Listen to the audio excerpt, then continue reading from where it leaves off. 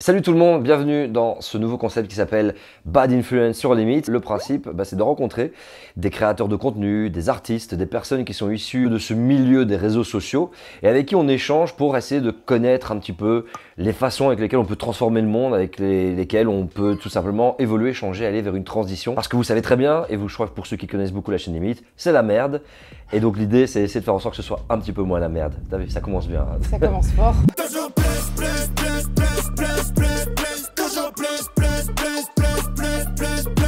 Merci Jill de nous inviter chez toi. Ben, merci à vous. Et vraiment, c'est un honneur. Et je te remercie d'être la première personne à accepter de participer à cette émission parce que c'est pas évident, forcément. Pourquoi est-ce qu'on a voulu lancer Bad Influence ? Mauvaise influence. L'idée, c'est pas de porter un jugement négatif. On est tous dans ce système, on est né dans un système qui malheureusement arrive au bout de ses limites. On a, quoi qu'il arrive, un rôle à jouer là derrière et de se demander, tiens, quelles sont les clés ? D'apporter une autre vision par rapport à ça. Donc l'idée, c'est pas de te faire un procès. On n'est pas là pour se faire un procès. C'est vraiment que ce soit solennel, avec beaucoup d'humilité et que ce soit surtout, j'ai envie de dire, réel. Tout à fait. Et moi, j'ai tout de suite accepté ta proposition parce que c'est vrai que tu m'as dit que c'était compliqué d'avoir des gens qui acceptent de finalement faire face un petit peu à cette problématique parce qu'on a un métier qui, en effet, nous oblige pour gagner notre vie à ne pas être totalement clean. À vendre de la merde. À vendre de la merde, même si on fait des efforts. Mais parfois on le sait pas, mais parfois on le sait même pas, c'est même pas. C'est ça, voilà. Mais c'est surtout de savoir, tiens, comment est-ce qu'on peut, nous, continuer à payer nos factures et à faire en sorte que nos enfants aient un cadre de vie correct, mais en changeant aussi et en ayant un discours responsable par rapport à ces milliers de personnes qui finalement nous suivent. J'avais envie d'accepter d'être la première et de prendre un peu ce risque aussi, parce que finalement on est un petit peu sort un peu de sa zone de confort, mais j'espère en tout cas avoir lancé la voie pour que d'autres me suivent et d'autres acceptent de se rencontrer et d'en parler. C'est très courageux. Mais comme je t'ai dit, voilà, je fais vite mon autocritique. Tu sais, j'ai été animateur radio, j'ai été et je suis toujours considéré comme un influenceur. J'ai travaillé pour toutes les boîtes qui font entre guillemets de la merde. Et forcément, à un moment donné, j'ai lu le rapport du GIEC, j'ai lu énormément de choses et j'ai décidé de changer tout drastiquement, ce qui n'est pas évident, c'est pas facile. Donc je viens pas comme quelqu'un qui vient te dire ouais, c'est pas bien ce que tu fais parce que j'ai fait la même chose de façon claire et nette. Et surtout, j'ai envie de dire, je ne suis pas encore parfait. Et l'idée, c'est d'essayer de faire du mieux qu'on peut, tout en sachant qu'est-ce qui est en train de se passer. Du coup, J'ai envie de commencer par une première question. Comment ça va ? Comment tu te sens, toi ? Ben écoute, avec tout ce qui se passe en ce moment, étant quand même mère de famille de 3 enfants, je t'avoue que je ne suis pas super sereine.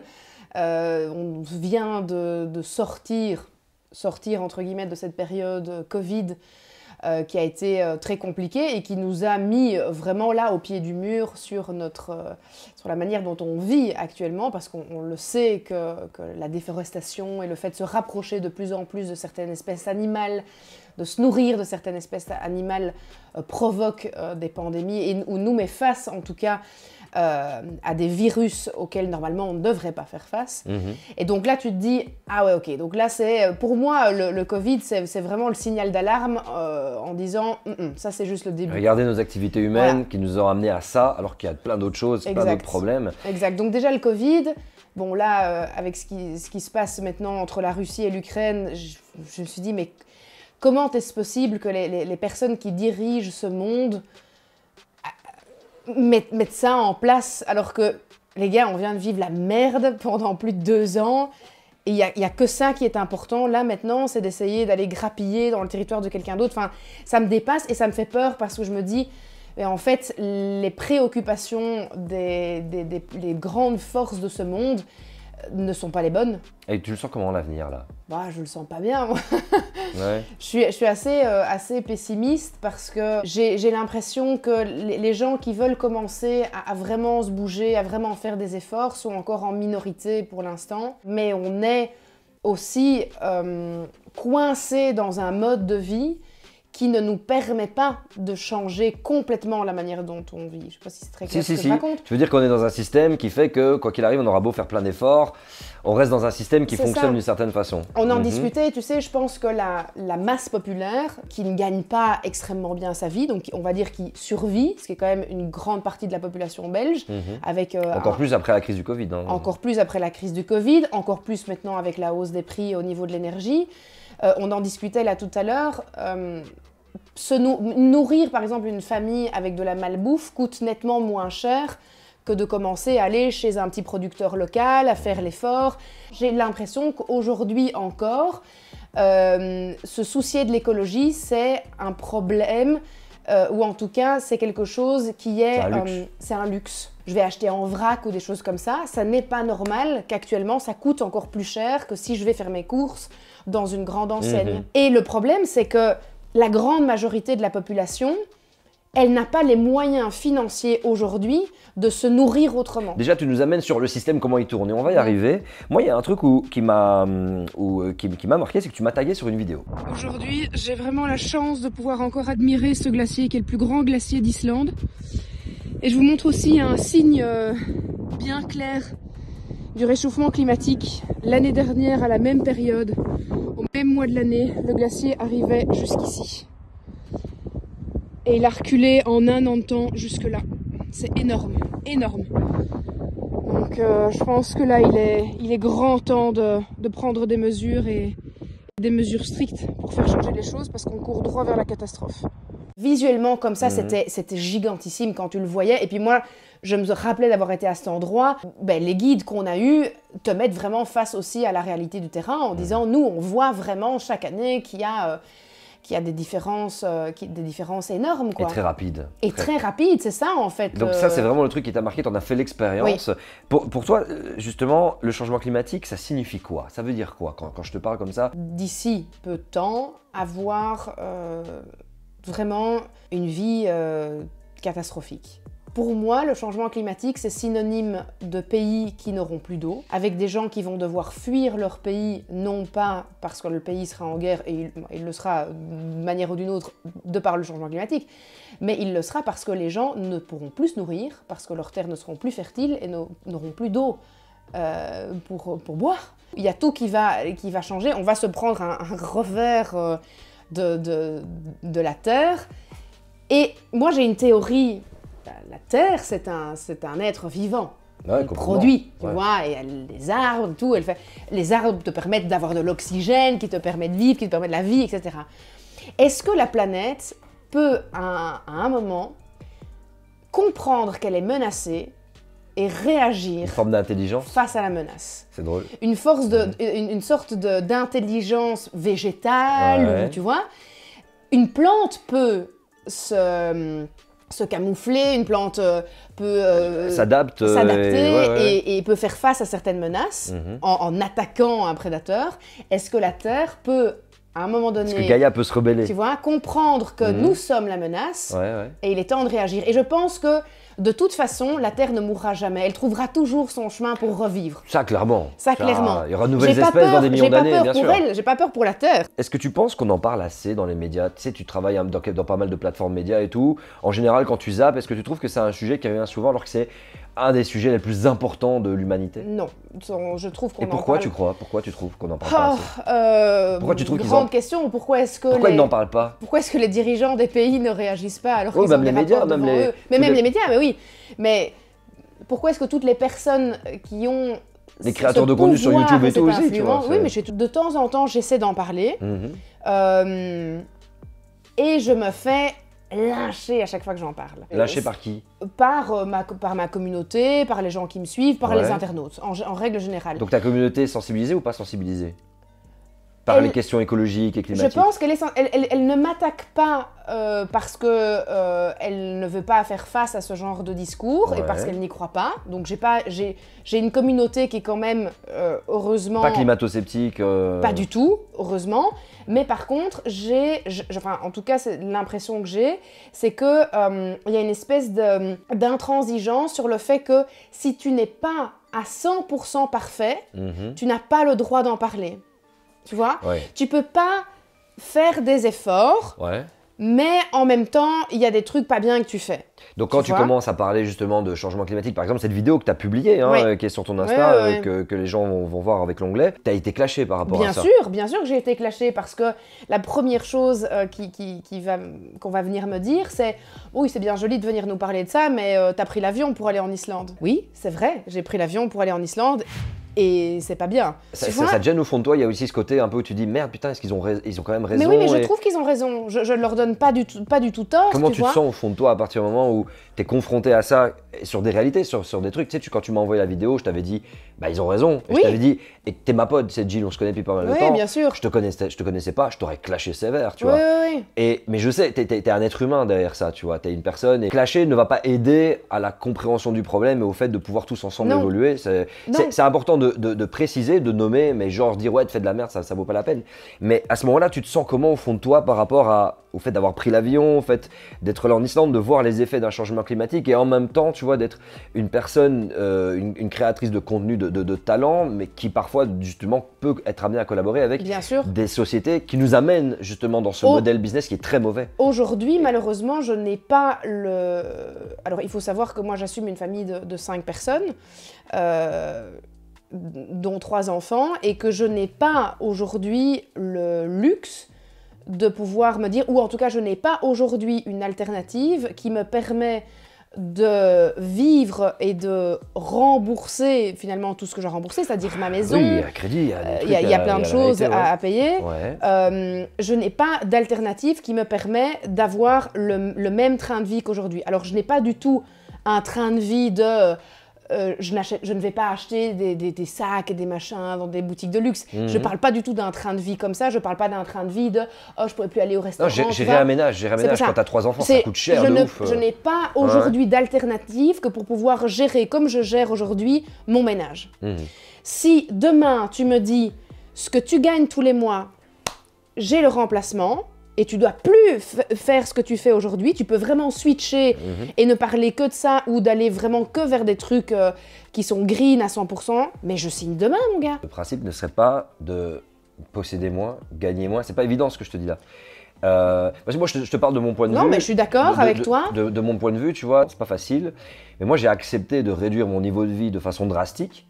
Et en même temps, d'arrêter la voiture qui coûte super cher, d'arrêter plein de choses qui sont mauvaises, qui coûtent super cher, de partir beaucoup moins en vacances, de moins me permettre de posséder moins. Et en même temps, bah, je gagne moins, clairement. Hein. Le fait de faire dans l'écologie, de faire que des sponsoring d'utilité publique, de dire non à des marques de boissons gazeuses ou des téléphones mobiles comme je pouvais le faire avant et comme on s'est déjà rencontrés en plus à plusieurs reprises. Ce genre de choses fait que mon chiffre d'affaires a chuté drastiquement.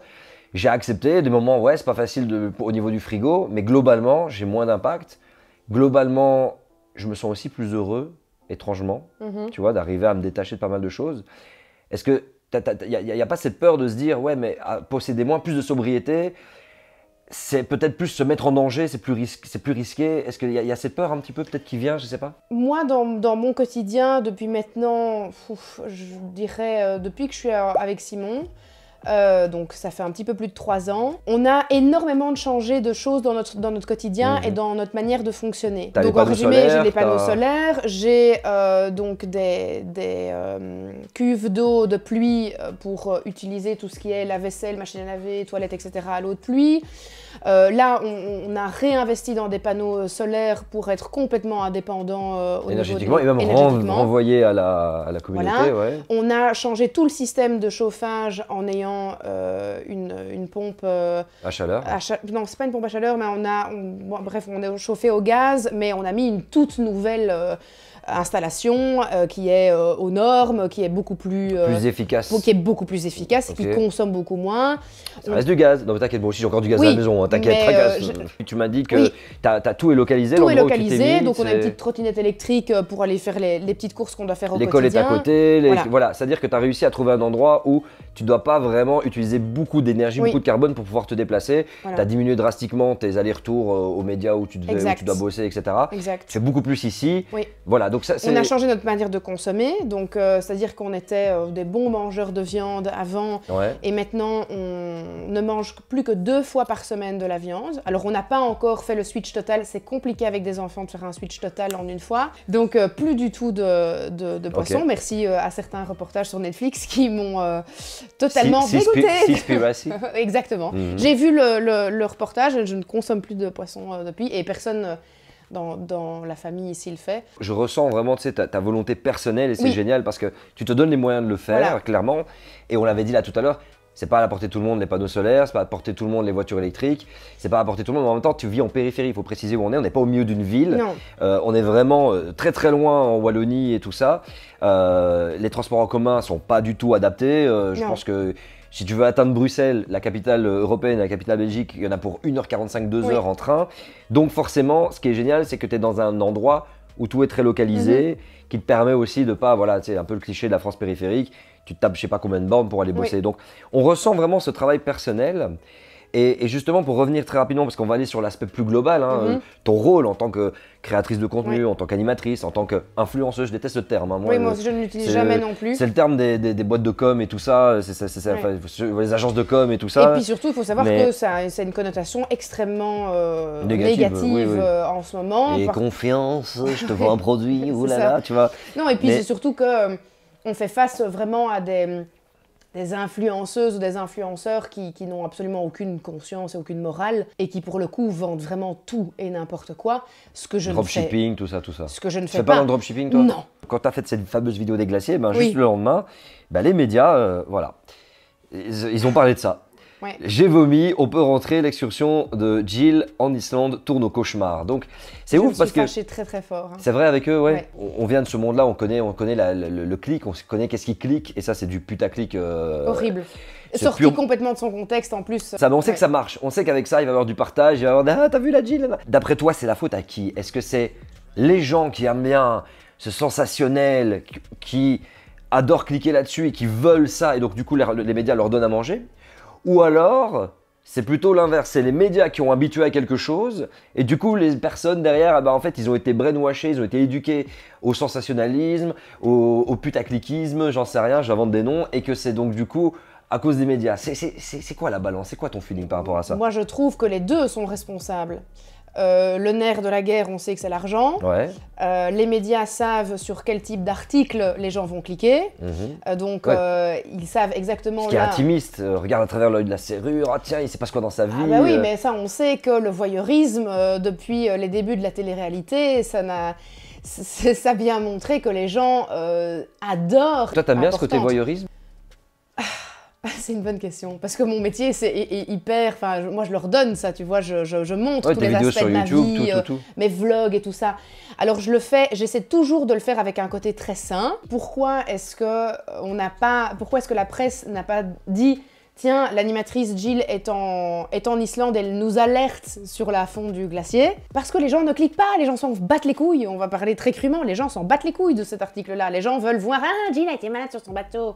C'est bien plus intéressant pour monsieur et madame tout le monde que d'aller cliquer sur... Est-ce qu'il faudrait tu pas vois alors du coup faire une vidéo où tu t'évanouis Oui, devant parce les que- glaciers qui se sont effondrés, qui ont fondu et j'aurais genre, dû rendre le truc est-ce hyper que- dramatique. est-ce que J'aurais dû pleurer devant le glacier. Est-ce que justement, on ne peut pas essayer de communiquer autour du changement climatique auquel on est face à un moment donné, ou la justice climatique? Vu qu'il faut jouer un peu ce jeu-là de la mise en scène, mettre en scène le changement climatique dans le côté un petit peu... Putain, c'est bizarre. Est-ce qu'il ne faut pas jouer avec le diable? Tu vois ce que Ouais. je veux dire?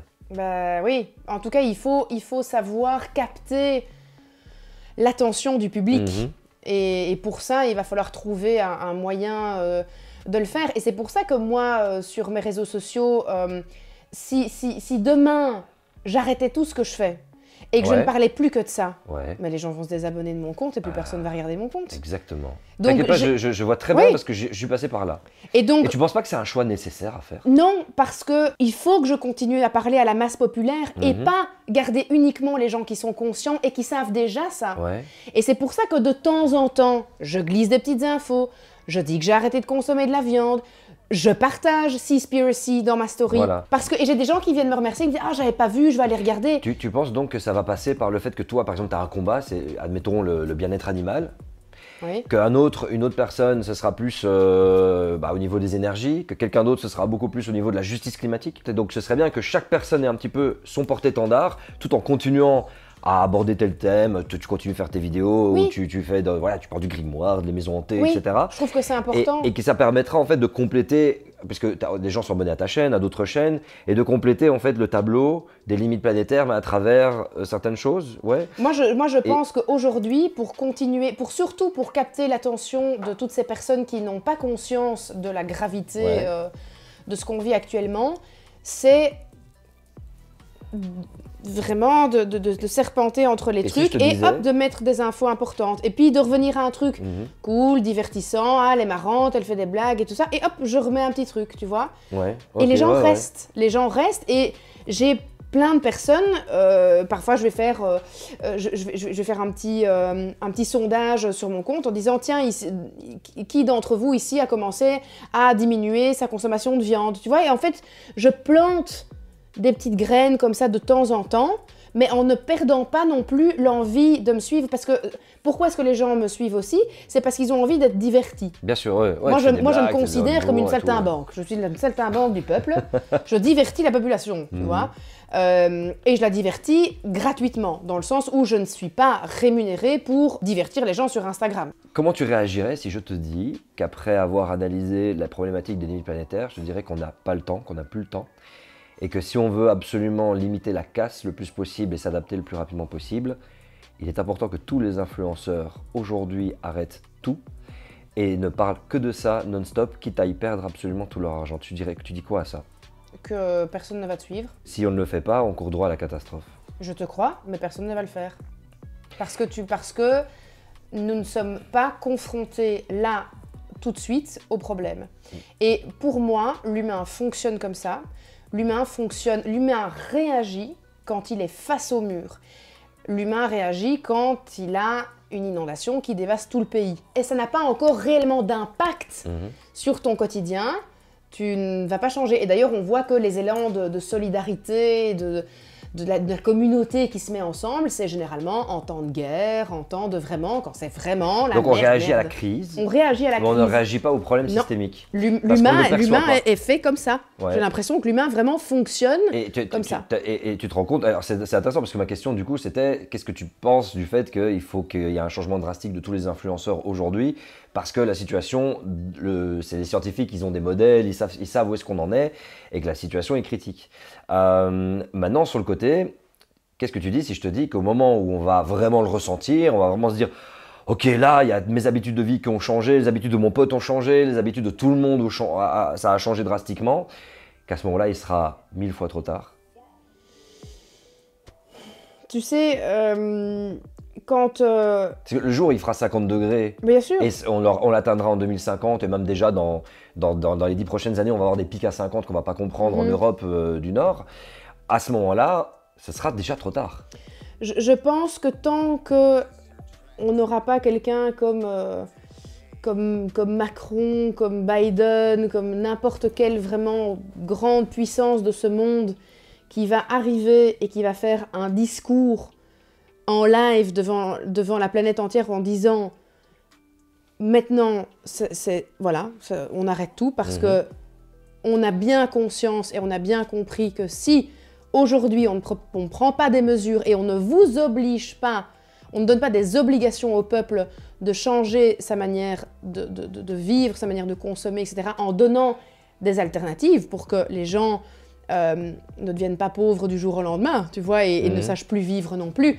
C'est compliqué de dire à Michel, camionneur, d'arrêter son travail et de ne plus pouvoir nourrir sa famille. Surtout si on ne lui donne pas d'alternative. Si on ne lui donne pas d'alternative, il faut arriver avec des alternatives. Donc c'est les politiques. Les politiques doivent prendre le rôle en main et prendre Mais bien sûr, parce qu'aujourd'hui, les politiques ne donnent pas l'impression qu'il y a urgence. Le fait de vivre de façon soutenable, c'est un changement drastique de nos modes de vie. Tout change. On passe à l'opposé.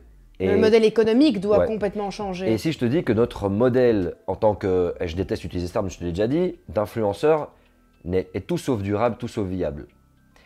Et que ce modèle-là, donc notre travail, une partie de notre travail, y compris encore le mien, nous amène droit dans le mur et accélère la problématique. On va y arriver un petit peu sur le pourquoi. Mais quand Comment tu parles du métier d'influenceur, quelle est pour toi la plus grande problématique de l'influenceur comparée à une vendeuse chez Zara, une vendeuse chez H&M, une vendeuse chez Carrefour qui tous les jours te passe tous les produits à la caisse et ne te dit pas « Attention, ce produit-là que vous avez acheté, il n'est pas bon pour la planète, hein, madame ?»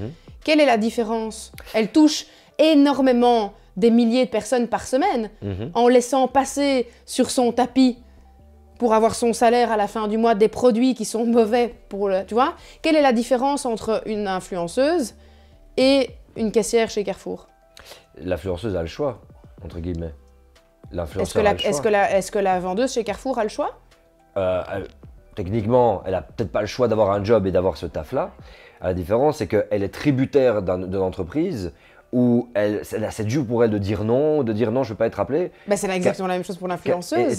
C'est son gagne-pain. Tu ne trouves pas qu'un influenceur, influenceuse, tu sais, on a comment dire, une sorte de mission un petit peu. Hein. Forcément, il y a des gens qui nous côtoient énormément et on est un petit peu dans cette situation où il faut pouvoir comprendre ce qui est du greenwashing, ce qui n'est pas du greenwashing, ce qui est vraiment très mauvais, ce qui est plus ou moins mauvais, etc. etc. Mais qu'à un moment donné, c'est comme si on continue à dire oui, mais ce mode de vie est possible, alors qu'il n'est plus possible, il n'est même pas soutenable. Au-delà des problèmes climatiques, admettons, il n'y a pas de changement climatique, ce que les influenceurs, lorsqu'ils font la promo d'un truc, offrent comme modèle, comme perspective de vie, est quelque chose que tout le monde ne pourra pas se permettre. Et tu n'as pas l'impression justement qu'on peut être potentiellement un grand danger parce qu'on est en train d'essayer d'offrir, malgré nous, hein, juste parce qu'on veut vivre, on veut avoir de l'argent et pour pouvoir nourrir notre famille, qu'on est en train d'offrir un modèle de vie, de lifestyle qui malheureusement, même si on fait des trucs positifs sur le côté, et Dieu sait, et je sais que tu en fais, on va aborder le Sénégal, mais qui fait qu'on est en train d'offrir un mode de vie qui n'existera plus de gré ou de force. Quand je dis de gré ou de force, c'est que ou ce sont des décisions politiques qui fait qu'il n'existera plus, ou c'est les lois de la nature qui vont faire en sorte qu'il n'existe plus. Est-ce que on n'est pas face à quelque chose où on voit justement, nous les influenceurs, plus le court terme que l'aspect long terme pour tes enfants, pour mes enfants et même pour nous directement? Ben, moi, par exemple, allez, je reviens toujours à moi, mais c'est parce que je vais pas commencer à clasher. C'est pas facile, hein, c'est une conversation qui, tu vois, que c'est un peu inédit de parler de ce genre de choses comme ça. Bien sûr, j'ai déjà fait énormément d'efforts par rapport à avant. Tu viens de loin, Je viens vraiment de loin. Maintenant, par exemple, je suis arrivée à un stade où j'accepte certaines collaborations, mais j'en refuse plus que je n'en accepte. Mais comment ils le prennent, ceux à qui tu dis non? Ils disent on va chercher quelqu'un d'autre. Bah, bien sûr, parce qu'il y aura bien quelqu'un qui va accepter. Parce que moi, si j'accepte pas, c'est pas grave. Il y en a 1000 autres des influenceuses qui vont accepter. Bien évidemment, j'aimerais, et dans un idéal de vie, j'aimerais n'avoir que des collaborations avec des trucs qui sont green et d'utilité publique, et j'en fais de plus en plus. Donc avoir un message, je donne un exemple tout bête, mais... Tu as été aidé à Verviers, c'est un bon exemple. Hein. J'ai participé à la campagne pour le SPW, j'ai participé à la campagne de Bruxelles pour faire pucer ces animaux, pour ne pas qu'on retrouve des centaines d'animaux dans les rues. Et tout ça, j'y étais. Voilà, donc dès que je peux le faire, je dis oui, à bras ouverts, genre balancez-moi des trucs. En sachant que c'est pas rentable aussi. En sachant, non, c'est vrai, ça n'est pas vrai que ça n'est pas rentable, parce que maintenant, de plus en plus, ils comprennent que tout travail mérite salaire et qu'à un moment donné, si vous voulez aussi que les influenceurs commencent à switcher vers des choses positives et plus green, il faut payer les gens aussi. Et ça, c'est souvent le problème aussi dans notre métier, c'est que dès qu'on t'invite à faire quelque chose d'utilité publique, à avoir une voix, on te dit « Ah oui, mais par contre, il n'y a pas de budget. » Ouais. Ah ben oui, mais qui a du budget? Mais le problème, tu vois, les grosses marques qui sont mais c'est ça. Mais ça, c'est parce que malheureusement, le système est comme ça. Aujourd'hui, l'État est tenu par les entreprises. Et donc, forcément, les entreprises, moi, je pouvais très bien faire mon année avec un budget qui venait d'une téléphonie mobile. Bien sûr. Avec un smartphone. J'avais mon budget l'année, c'est bien. Là, aujourd'hui, pour combler ce même budget, je dois extrêmement multiplier le travail d'utilité publique. C'est beaucoup plus de travail, c'est beaucoup plus de temps. Mais est-ce que c'est pas justement aujourd'hui obligatoire? Oui, mais moi, je le fais dans les collaborations que je choisis aujourd'hui, je le fais. Donc, par exemple, en cosmétologie, je vais aller vers une marque qui est végane, qui a des packaging qui sont issus de produits recyclés ou qui sont recyclables. Je vais quand même essayer vraiment de faire attention à ce genre de choses. Et je vais refuser. Envoie-les-moi pour vérifier si c'est du greenwashing ou pas. Ok, je te l'enverrai. Tranquille. Avec plaisir. Je te l'enverrai parce que peut-être que je me trompe et que je me fais avoir aussi. Hein, je dis pas. Il y a beaucoup d'influenceurs qui ne savent pas et ça demande un travail approfondi. T'inquiète, j'ai des équipes d'ingénieurs, je leur envoie et c'est pas facile. Mais justement, c'est ça, tu vois, tout le piège qu'il y a derrière parce que parfois on nous prend aussi pour des cons, quoi, tu vois. Ah, bien sûr, mais ça c'est sûr et certain. Je t'avais donné un exemple que je ne citerai pas où on nous a vraiment pris pour des pigeons et où en fait derrière il y avait une énorme multinationale qui gérait le truc.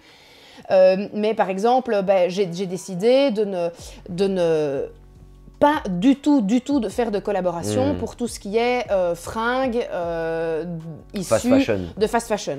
Quand tu regardes mon nombre d'abonnés, il est nettement moindre que beaucoup d'autres influenceuses. Pourquoi? Je sais pas. Tu vois, peut-être que parce que justement, je fais pas que de la merde. Et j'ai l'impression que quand tu fais que de la merde, t'as 3-4 millions d'abonnés derrière. C'est ça, exactement. Parce que c'est comme ça. Je ne citerai pas de nom, mais tu vois très bien de quel type de personne je veux parler. Et c'est extrêmement frustrant aussi quand tu es créatrice de contenu, de te dire putain, mais moi je fais plein d'efforts et c'est comme ça pour gagner de la visibilité. Tu fais beaucoup plus, tu travailles beaucoup plus que tous les autres parce que forcément je dis pas que je travaille plus, mais je travaille avec conscience. Avec conscience, c'est travailler plus. Travailler avec conscience, ça demande énormément de temps, ça demande beaucoup d'analyse. Mais c'est très très fort ce que tu dis. Donc en fait, les réseaux sociaux ont été fondés pour faire du divertissement, point, pour faire du what the fuck, point, pour en envoyer plein la gueule, pour faire du bad buzz. Exactement, ça marche bien, ça suscite pas mal de trucs dans les cerveaux des gens.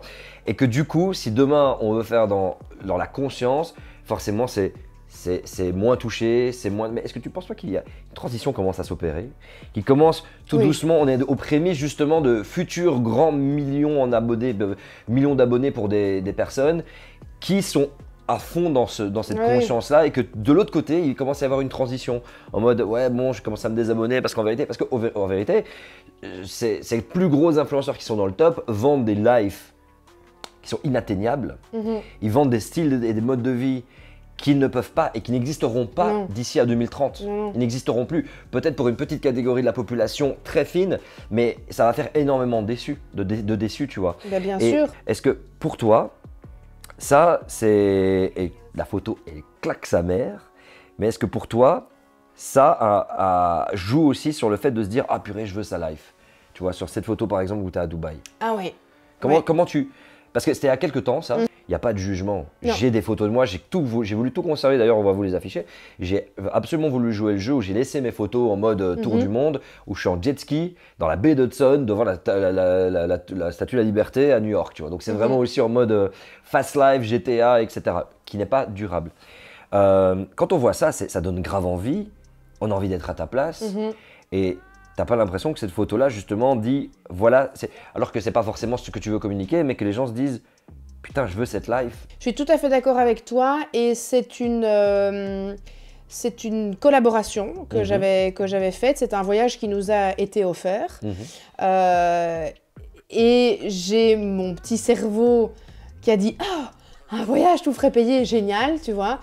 Et j'ai, à ce moment-là, pas eu cette conscience intelligente de dire « Oui, mais est-ce que ça en vaut vraiment la peine et est-ce que le message derrière en vaut vraiment la peine ?» Et aujourd'hui, c'est une collaboration que je regrette d'avoir faite parce que j'y suis allée justement sans conscience. C'est une destination dans laquelle je n'irai plus jamais de ma vie, de par les valeurs du pays, de par ce qui se passe avec les travailleurs sur place, etc. Et c'est finalement une collaboration où, certes, j'ai passé une chouette semaine, mais j'ai aussi eu beaucoup plus de critiques de la part de ma communauté qui n'a... Parce que c'est pas quelque chose que Si tu connais Jill, Silent Jill des réseaux sociaux, t'as pas l'habitude d'avoir cette Jill-là. Cette Jill qui est dans ce pays, sur un bateau. Les gens se sont dit, mais qu'est-ce qu'elle branle, tu vois, enfin, c'est pas Jill. Et c'est vrai, c'était pas Jill, c'est pas ce que je mets en avant sur mon compte Instagram. Mais ça marche bien. Mais ça cartonne. J'ai mis mon cul en avant et je suis devant des beaux bâtiments dans un pays dont les gens rêvent en ce moment. Évidemment que ça cartonne. Et j'aurais pu, après, me dire, ah, ben je vais faire que ça.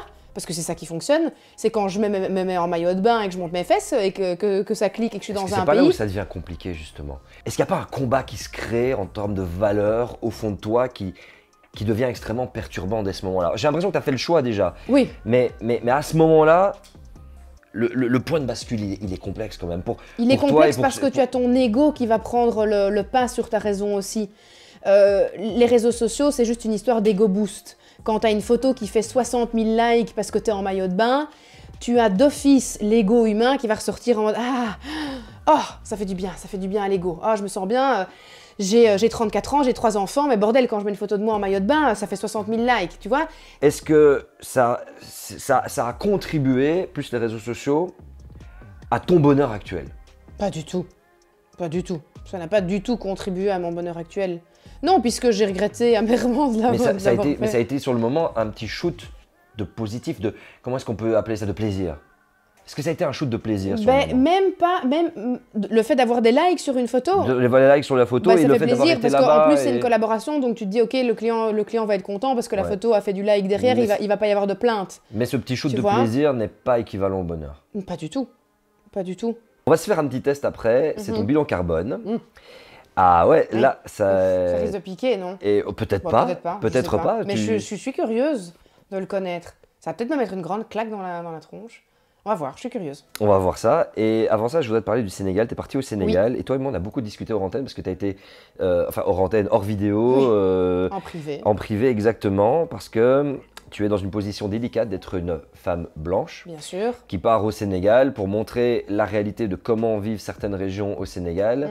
Et que souvent, on compare à du white saviorisme parce que la photo et parce que ce qui est montré peut souvent être mal interprété, mal amené, et parfois il y a aussi un côté où on veut bien faire et tout ça, mais que ça ne répond pas à certains codes, parce que tu sais que l'Afrique a une certaine image qui est véhiculée, et que parfois, naturellement, sans en étant conscient, et ça arrive à plein de gens, d'aller en Afrique et de continuer à véhiculer cette image de l'Afrique, oh, des enfants qui courent derrière les voitures, etc., alors qu'il y a tellement autre chose. Oui, et d'ailleurs, ce n'est pas du tout ce pourquoi j'ai été au Sénégal. Exactement. Hein. Moi, je n'ai pas été au Sénégal pour montrer, oh, regardez comment les gens vivent, et la pauvreté, etc., la famine et tout ça. Moi, j'y étais avec un cœur de maman qui a été complètement brisé en 1000 morceaux le jour où on est venu me parler d'une problématique de trafic d'enfants sur place. Et talibés.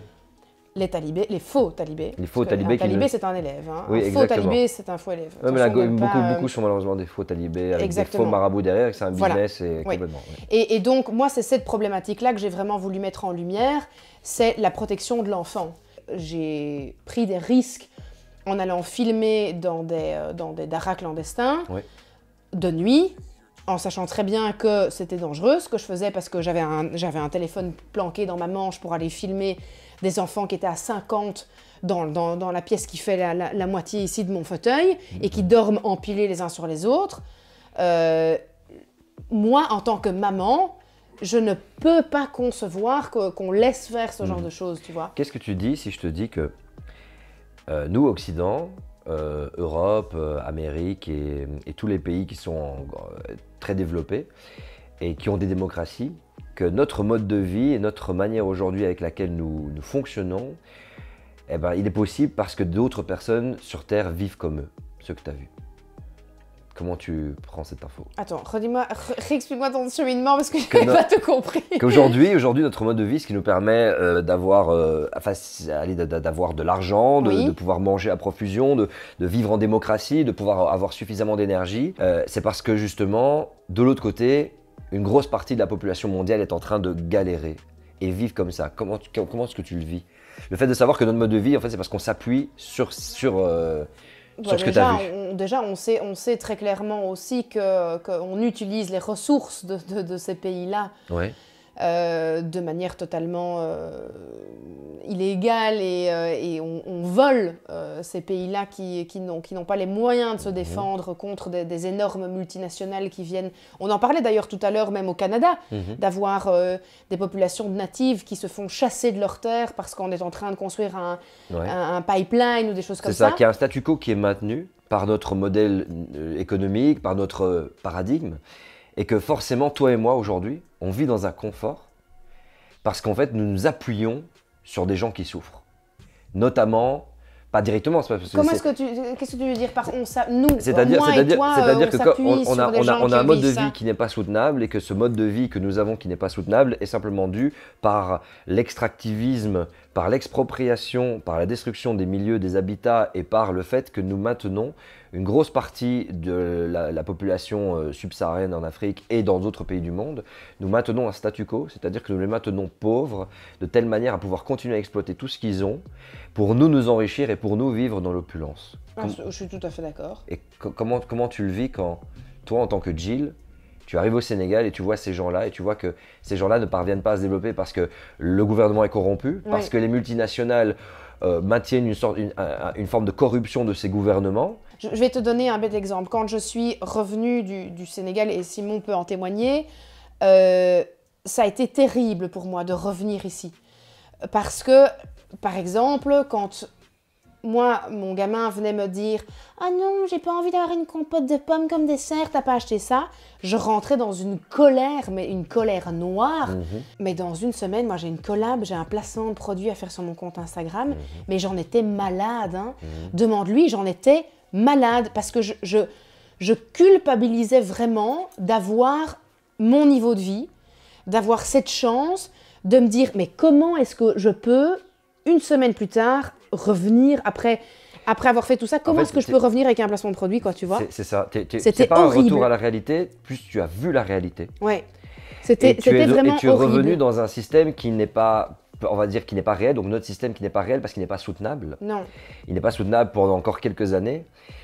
Et donc du coup, si on veut vraiment les aider, et c'est même pas à nous d'aider l'Afrique, parce que ce serait de nouveau une pensée coloniale, hein, de dire nous allons aider l'Afrique, mais si on veut pouvoir briser ces chaînes-là, nous devons nous avoir moins, être plus sobre, plus d'humilité. Mais il faut que ça bouge bien plus haut. Moi, je vais te poser une question. Ouais. Oh, pourquoi est-ce que personne ne prend des mesures?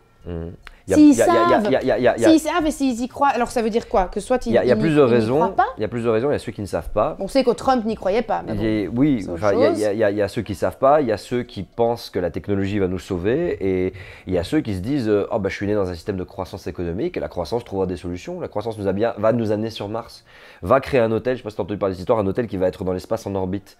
Donc ils sont dans un mode de pensée qui est bah, c'est bon, on va trouver des solutions, on va faire de la géo-ingénierie, on va y arriver, il n'y a pas de problème.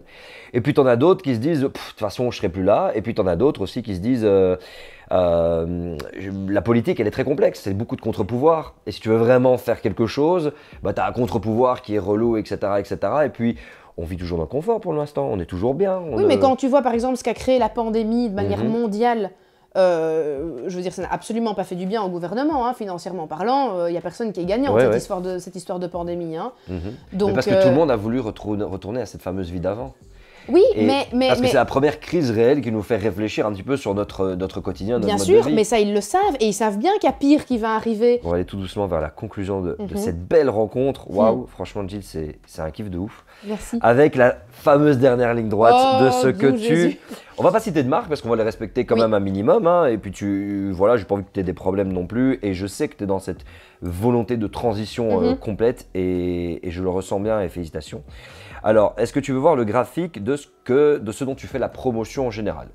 Oui. Parce qu'on a sondé tes derniers mois, t'inquiète pas, je te mords la joue là, t'es en mode merde, ça va être le procès, le fameux procès. Le procès de la sorcière. Grave, c'est ce dont tu fais la promotion sur tes réseaux sociaux. Okay. Habitation, mobilier, ça représente 7%, l'alimentation 7%, ce qui est cosmétique 7%, la santé 14% pour la santé. Mais ça c'est bien. C'est très très bien. Ah ok, tu me dis ce qui est pas bien. Hein. Non, c'est génial. Après attention, parce que dans l'alimentation, tu peux faire du durable. Dans le cosmétique, tu peux faire du durable. Dans l'habitation aussi, le mobilier aussi. Dans la téléphonie, sauf si tu as c'est pas un placement de produit, sauf si tu as le Fairphone. Techniquement, tu as fait la promo pour le Fairphone? Non, non, c'est pas grave. T'inquiète pas. Utilité publique, 9,3%. Art, culture, littérature, 7%. Tourisme et loisirs, 14%. La fast fashion. Tu as quand même de la fast fashion. J'ai quoi? De façon indirecte. Je ne veux pas te citer les marques, mais de façon indirecte, c'est des collaborations que tu as pu faire, en fait, naturellement amenaient. Je te donne un exemple, tu as fait la promotion d'un gros supermarché. Ah oui, oui, ok, d'accord, oui, comme ça, d'accord, on, oui. on a été voir, parce que je connais le supermarché, quel est le taux de business disponible. Ok, oui, je vois. Voilà, c'est Donc, de mais donc, l'indirect. Oui, c'est de l'indirect. Voilà, ok, c'est de parce que j'allais l'indirect. dire, Et la téléphonie mobile électroménager Ouais. qui représente la plus grosse partie, presque 21%. Est-ce que tu veux voir maintenant le graphique de ce qui est soutenable et ce qui n'est pas soutenable dans tout ce que tu as fait? On a vérifié au greenwashing. Hein. Ok. Ah, ok. Et c'est quoi qui est du coup soutenable?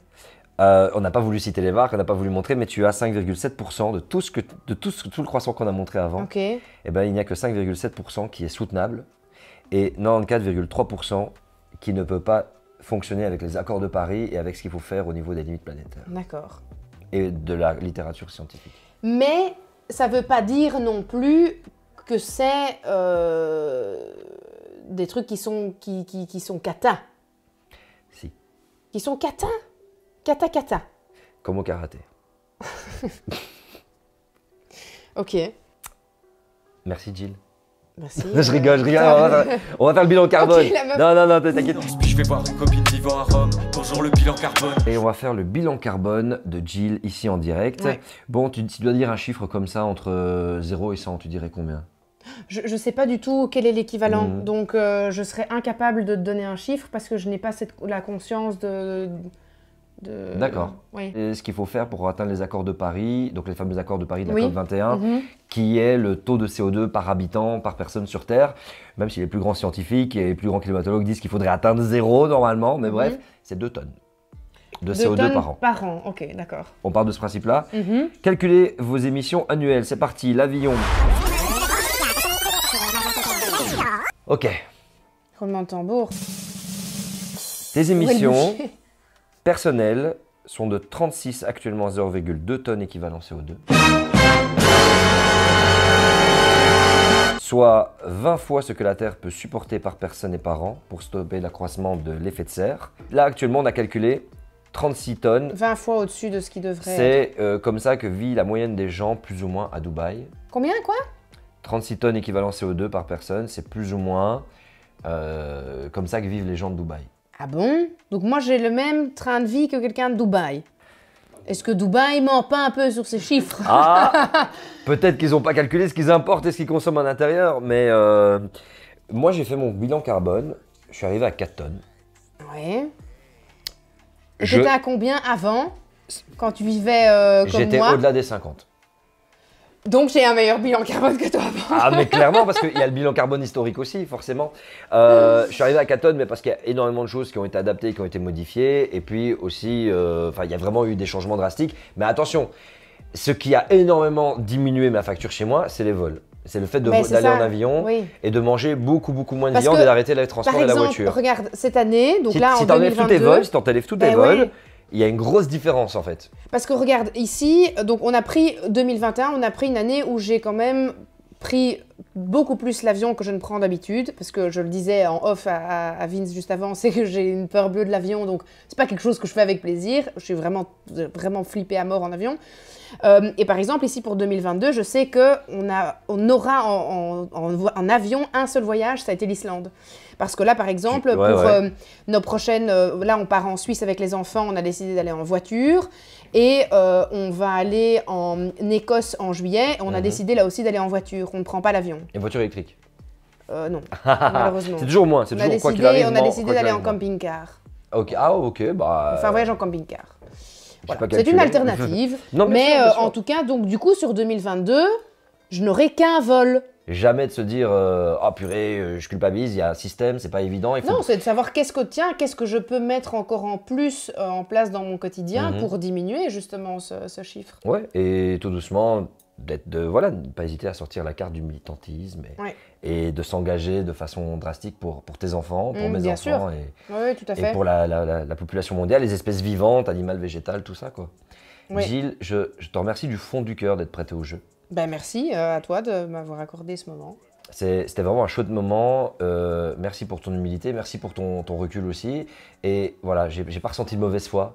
Non. Et c'est pas facile. Et je t'ai dit, J'espère que tout va bien se passer pour toi. Alors ça va, demain, panique pas quand tu as une proposition qui va arriver. Je sais que tu y réfléchis déjà. Mais je serais ravi vraiment de refaire ce calcul, de revoir un petit peu ensemble où est-ce qu'on en est, où est-ce qu'on en sera dans un an, quoi. Ouais, et moi, je serais ravie de te savoir à la recherche peut-être de choses qu'on, nous, en tant qu'influenceurs, on peut mettre en avant tout en gagnant aussi notre vie pour avoir de nouvelles alternatives. Je serais ravie de travailler avec toi. Eh ben on va faire ça. Voilà. Je te fais un check et je te fais un hug. Viens. Ça m'a fait plaisir. Force à toi, bon courage avec les enfants. Merci. Et bon courage avec ces informations supplémentaires, le moment où tu vas avoir une petite demande de sponsoring. Bonjour. Ça va bien se passer. Non, ça va aller, ça va aller. Merci à toi. Merci.